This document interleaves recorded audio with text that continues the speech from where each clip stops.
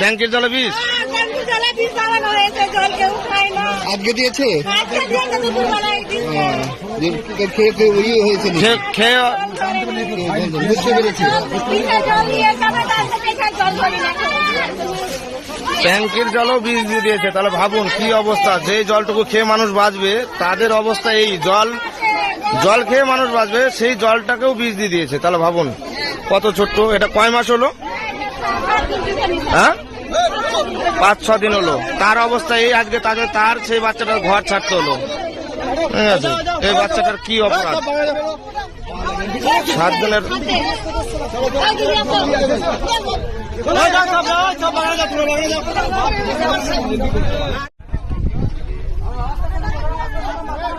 আস্তে তাড়াহুড়া করবেন না, তাড়াহুড়া করবেন না। এখানে কোনো টেনশন নাই, কেউ তাড়াহুড়া করবেন না।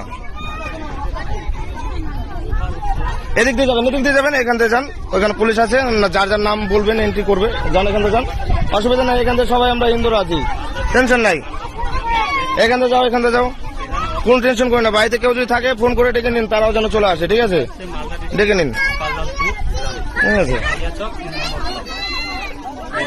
লোকগুলোকে দেখতে পাচ্ছেন ধুলিয়ান বাজার থেকে, যাদের উপর অত্যাচার হয়েছে, বাড়িঘর ভাঙা হয়েছে, তারা এখানে আমাদের এপারে এসে অবস্থিত হয়েছে। তো এখানে পুলিশরাও আছে। ঠিক আছে, ওনারা বেশ ভালোই করে করছে।